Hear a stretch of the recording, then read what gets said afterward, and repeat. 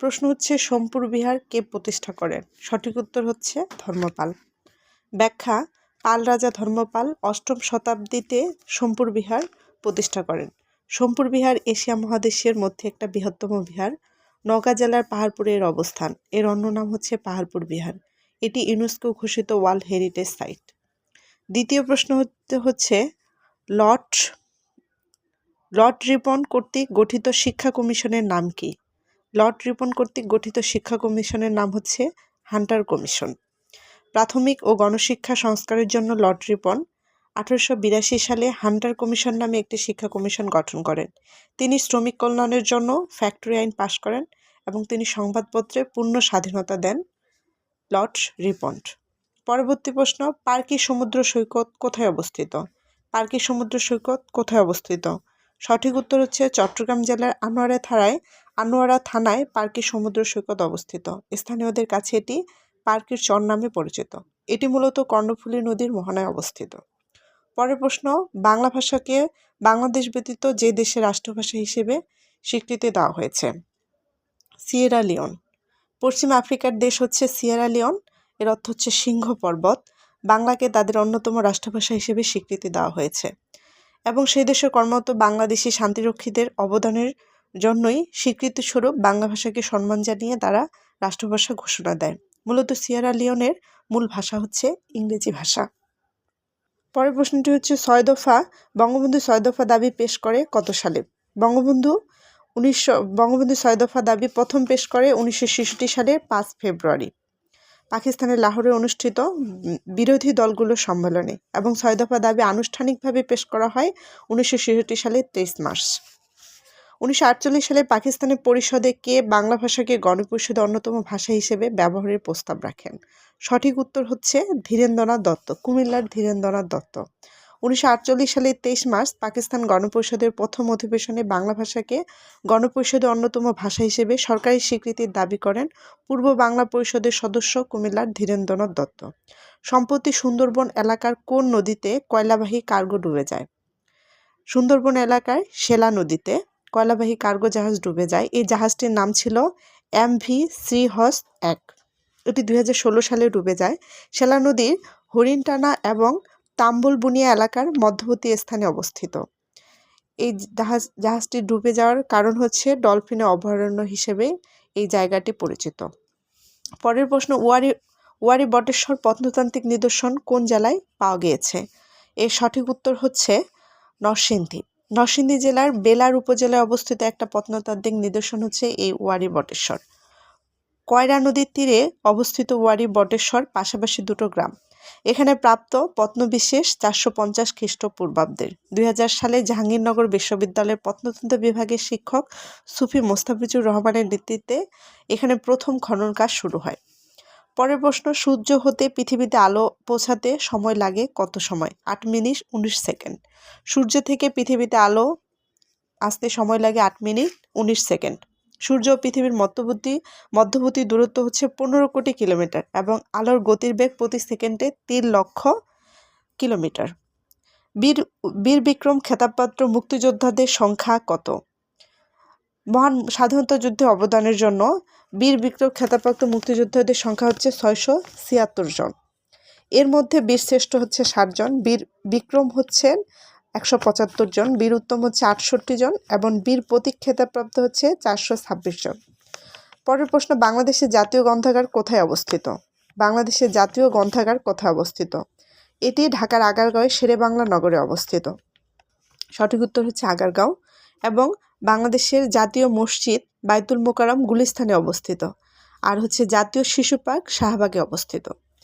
বাংলাদেশ সরকারের প্রধান আইন কর্মকর্তা কে? Attorney general. তিনি পদাধিকার বলে বাংলাদেশের বার কাউন্সিলের চেয়ারম্যান। সুপ্রিম কোর্টের বিচারক হওয়ার যোগ্যতার জন্য কোনো ব্যক্তিকে রাষ্ট্রপতি বাংলাদেশের সংবিধানের 64 নং অনুচ্ছেদে অ্যাটর্নি জেনারেল হিসেবে নিয়োগ দেন। এটি একটি সাংবিধানিক পদ। টি-20 বিশ্বকাপে বাংলাদেশে একমাত্র শতরানকারী কে? টি-20 বিশ্বকাপে একমাত্র শতরানকারী ক্রিকেটার হচ্ছেন তামিম ইকবাল। স্কটল্যান্ডের বিরুদ্ধে 2016 সালে খেলেছিলেন। ওয়ানডে বিশ্বকাপে বাংলাদেশের প্রথম শতরানকারী ব্যাটসম্যান হচ্ছে মাহমুদুল্লাহ রিয়াদ। সম্প্রতি বাংলাদেশে কোন বিরল রোগে আক্রান্ত রোগীর সন্ধান পাওয়া গিয়েছে? ট্রিম্যান। ট্রিম্যান হচ্ছে বাংলাদেশে আবুল বাজনাদার নামের খুলনার এক যুবক ট্রিম্যান নামক এক বিরল রোগে আক্রান্ত হয়েছেন। এই বিরল রোগটি বৃক্ষ মানব বেচা হিসেবে পরিচিত। বাংলাদেশের একমাত্র এই রোগে আক্রান্ত ব্যক্তির 2 হাত পা বিকৃত হয়ে অনেকটা গাছের শেকড়ের মতো হয়ে গেছে। বাংলাদেশের প্রথম এবং একমাত্র ওয়ার্ল্ড ট্রেড সেন্টার কোথায় অবস্থিত? বাংলাদেশের প্রথম এবং একমাত্র ওয়ার্ল্ড ট্রেড সেন্টার চট্টগ্রামে অবস্থিত। চট্টগ্রামে চেম্বারের নিজস্ব অর্থায়নে 200 কোটি টাকা ব্যয়ে নির্মিত এ বিশ্ব বাণিজ্য কেন্দ্রে উদ্বোধন করা হয় 2016 সালে। পরের প্রশ্নটি হচ্ছে, বঙ্গবন্ধু আত্মজীবনীমূলক গ্রন্থ অসমাপ্ত আত্মজীবনী সর্বশেষ কোন ভাষায় অনূদিত হয়? অসমাপ্ত আত্মজীবনী সর্বশেষ ভুটানের জোংখা ভাষায় অনূদিত হয় এবং এটি পরিবর্তনশীল একটি তথ্য। সম্প্রতি নাসায় কর্মরত কোন বাংলাদেশি জ্যোতির্বিজ্ঞানী নতুন 5টি নক্ষত্র আবিষ্কার করেছেন? মার্কিন মহাকাশ গবেষণা সংস্থার নাম হচ্ছে নাসা এবং নাসায় কর্মরত বাংলাদেশি জ্যোতির্বিজ্ঞানী রুবাব খানের নেতৃত্বে একদল নাসা গবেষক আবিষ্কার করেছেন 5টি নক্ষত্র এবং নতুন নক্ষত্রগুলো উজ্জ্বলতম নক্ষত্র। এটা কেরিনাই এর যমজ বলা হচ্ছে। বাংলাদেশে প্রথম চা চাষ হয় সিলেটের চট্টগ্রামের ক্লাব এলাকায় 1840 সালে প্রথম শুরু হয়। আর বাংলাদেশের প্রথম বাণিজ্যিকভাবে চা চাষ শুরু হয় 1854 সালে সিলেটের মালনীছড়ায় এবং মালনীছড়া চা বাগান হচ্ছে দেশের প্রথম চা বাগান। ডাউন সিনড্রোম বলতে কি বোঝায়? ডাউন সিনড্রোম বলতে গর্ভস্থ শিশু অপরিণত বিকাশকে বোঝাচ্ছে। ডাউন সিনড্রোম হচ্ছে একটা বিশেষ ধরনের জিনগত একটা অবস্থা। মানুষের 21তম ক্রোমোজোমের নন ডিসজাংশনের ফলে এই রোগ হয়ে থাকে। এর ফলে গর্ভস্থ শিশু অপরিণত বিকাশ হয় এবং এরা মানসিক ভারসাম্যহীন হয়ে থাকে। তৎকালীন পাকিস্তানের শিক্ষা আন্দোলন হয় কত সালে? তৎকালীন পাকিস্তানের শিক্ষা আন্দোলন হয় 1962 সালে। অগণতান্ত্রিক শরীফ শিক্ষা কমিশনের বিরুদ্ধে ছাত্ররা আন্দোলন করে। 1962 সালে শিক্ষা আন্দোলন ছিল স্বৈরাচার আইয়ুব খানের বিরুদ্ধে প্রথম গণ আন্দোলন। পরের প্রশ্নটি হচ্ছে, বাংলাদেশের ভিতরে ভারতের কয়টি ছিটমহল ছিল? বাংলাদেশের ভিতরে ভারতের ছিটমহল ছিল 111টি এবং বাংলাদেশের ছিটমহল ছিল হচ্ছে ভারতের অভ্যন্তরে বাংলাদেশের ছিটমহল ছিল 51টি এবং দেশের মধ্যে থাকে 162টি ছিটমহল আনুষ্ঠানিকভাবে বিনিময় হয় 31 জুলাই 2015 সালে মধ্যরাতে, অর্থাৎ 1 আগস্ট যেটা 1 আগস্ট 2015 সালে আনুষ্ঠানিকভাবে বিনিময় হয়ে যায়। বায়ু দূষণের জন্য প্রধানত দায়ী হচ্ছে কার্বন ডাইঅক্সাইড।